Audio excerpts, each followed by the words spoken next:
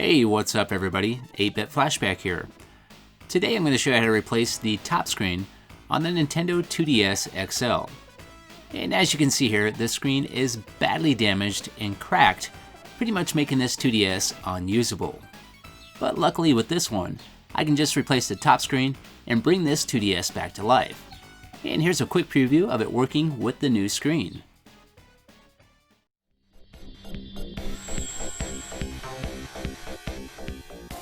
So before we get started, there's a couple things I'd like to bring up first. First off, I would not consider this an easy fix. There's a lot of different things that can go wrong when replacing the top screen. These 2DSs don't really have the greatest design to be taken apart and repairing things. There's a lot of different small parts inside that can be broken, and plastic tabs that can be broken as well.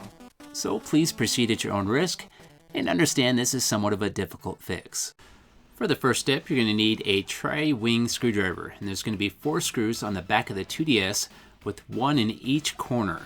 And make sure whatever screwdriver that you are using is getting a good bite with the screws, because if it fits too loose or it's too big, it may strip out those screw heads and those screws might never come out.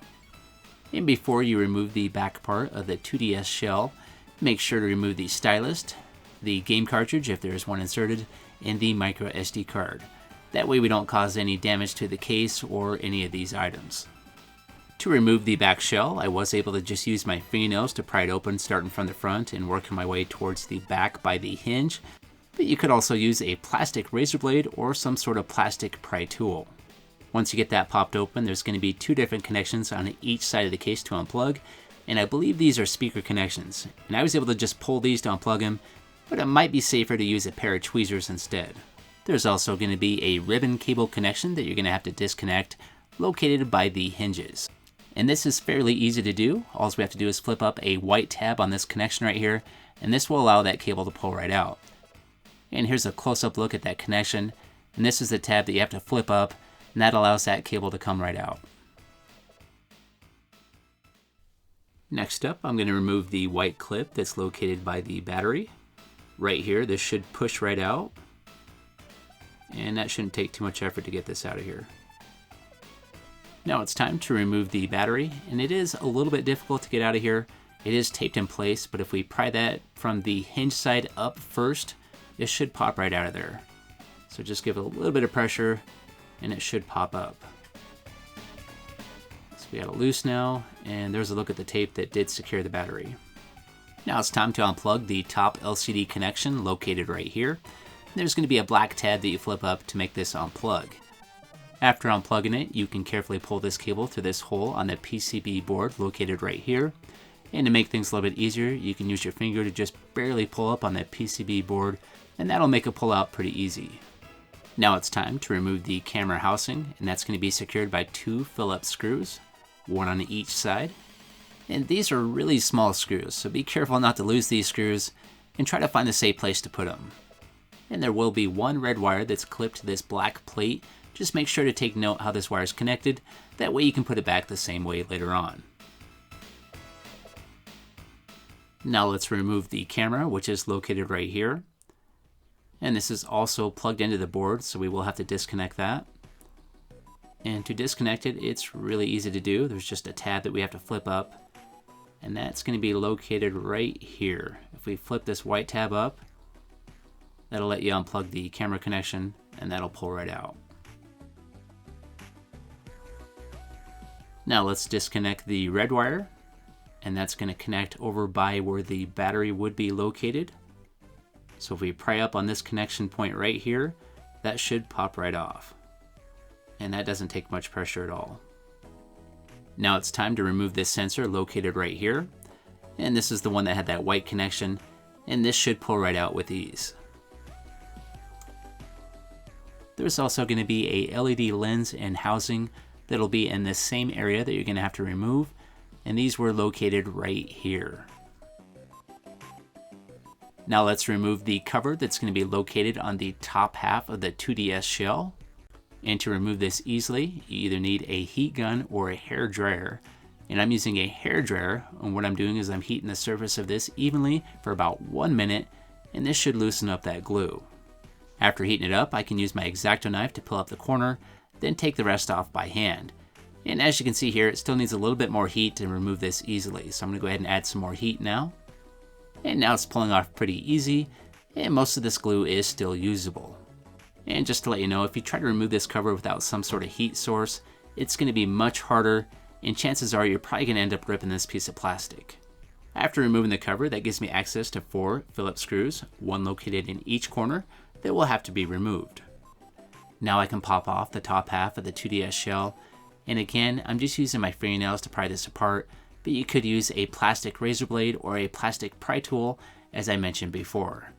And I would try to avoid anything that's made of metal because that will damage the plastic when you're trying to pry it apart.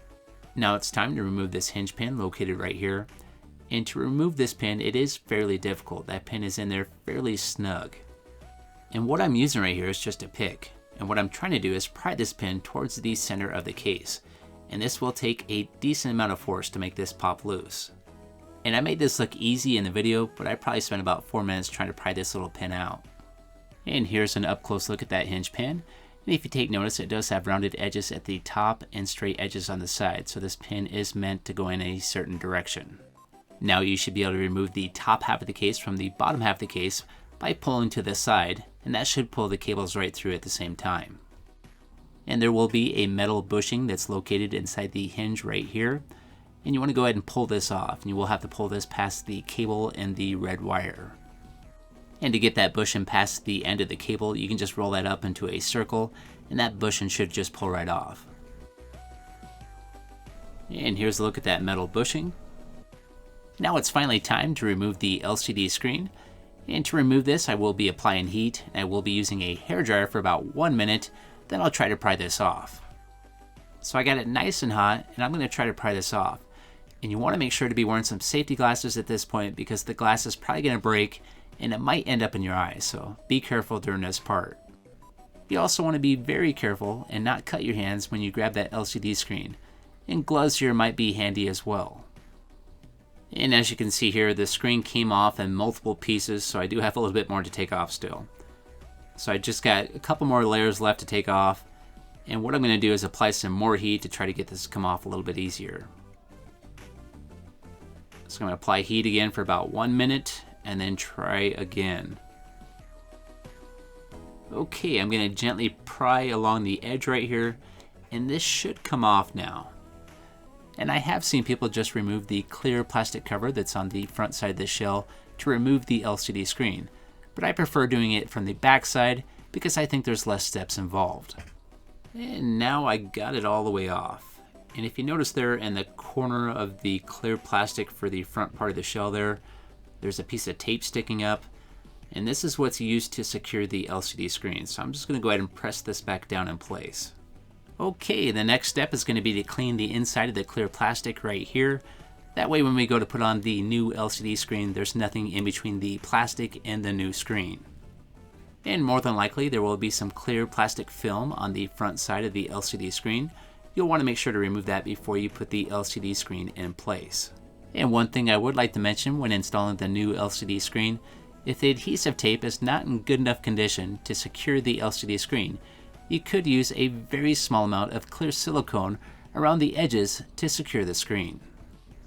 Now I'm going to grab the metal bushing and go ahead and put that over the end of the cable, and you will have to roll that cable in a circle to get it to go through the metal bushing, and then pull that bushing down. And eventually that red wire will be going through this bushing as well, but we'll do that here in just a few.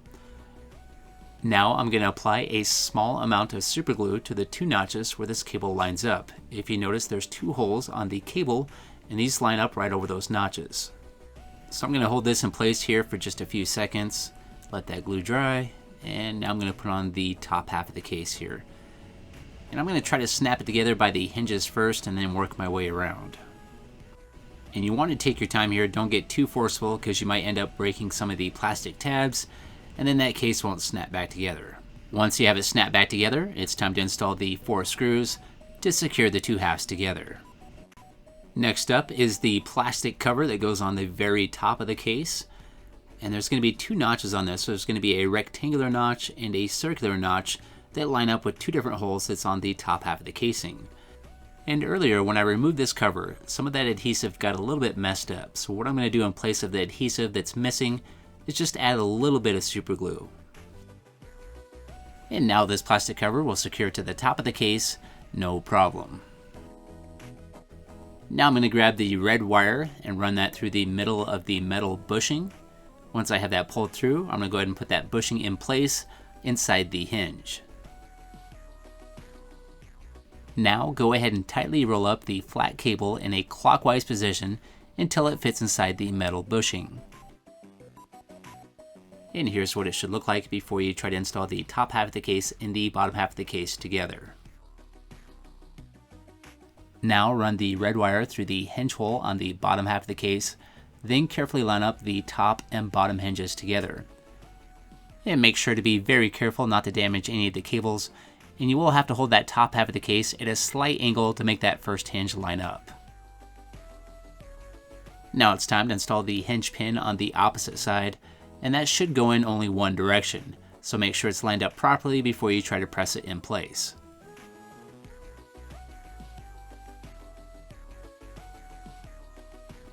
Now let's go ahead and connect the LCD cable that we just rolled up earlier, and remember that does have to go underneath the board first, then it'll pop through that hole and plug into the connection on the top side of the board. So you should be able to fish that cable through that hole without too much of a problem. And you might have to use a pick or something with a sharp tip to help kind of pull that cable through that hole. And as you can see here, I've got it pulled through and it's time to connect the cable. Now I'm going to grab the LED lens and housing and get those put back in place. And those go right in this area right here. And they only go in one direction, they're pretty easy to figure out. Now I'm going to install my camera lens. And again, that goes in one direction. Now I'm going to install the sensor. That'll go in just like this. And now it's time for the camera. And there's a couple notches on this that'll line up with some tabs that are on the case to make this only go in one direction. Now it's time to install this small black cover, which goes right on top of the camera, and that does secure with two small screws. Once you have that cover in place, it's time to connect your remaining cables. So there's going to be three different connections. There's going to be the small flat copper cable, the white connection, and the red wire. So this is what it should look like if everything's connected properly. And it's kind of hard to see from this angle, but for the correct routing for that red wire, it should run in between the black cover that's on top of the camera and the PCB, just like this. Next, it's time to install the battery, and that goes in the same way it came out. Now I'm going to remove the camera that's located on the back half of the bottom shell of the 2DS, and that's secured with two small Phillips screws. And I'm removing this because it makes it way easier to make one of my last connections right here. And once I get my connection made, it's time to go ahead and reinstall the camera back to the bottom housing.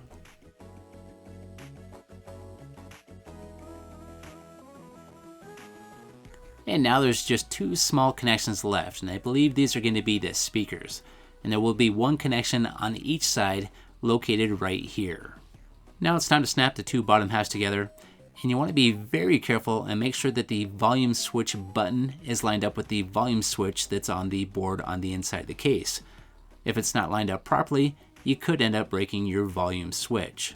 So now I'm snapping the two bottom halves together, starting on the back side where the hinges are located, then working my way around to the front of the case. And again, you want to be very careful when you're snapping this all together and make sure you don't break any of those plastic tabs. After you get those two halves snapped back together, it's time to install those 4 tri-wing screws. Okay, let's go ahead and power this up now and make sure it's working. And success, the top screen is now working. Now I'm going to go ahead and try out some games and make sure it's playing correctly. Okay, it looks like everything's working like it should, and it's time to go. If you liked this video, if you could hit that like button, and have yourself a great day, and I'll see you next time.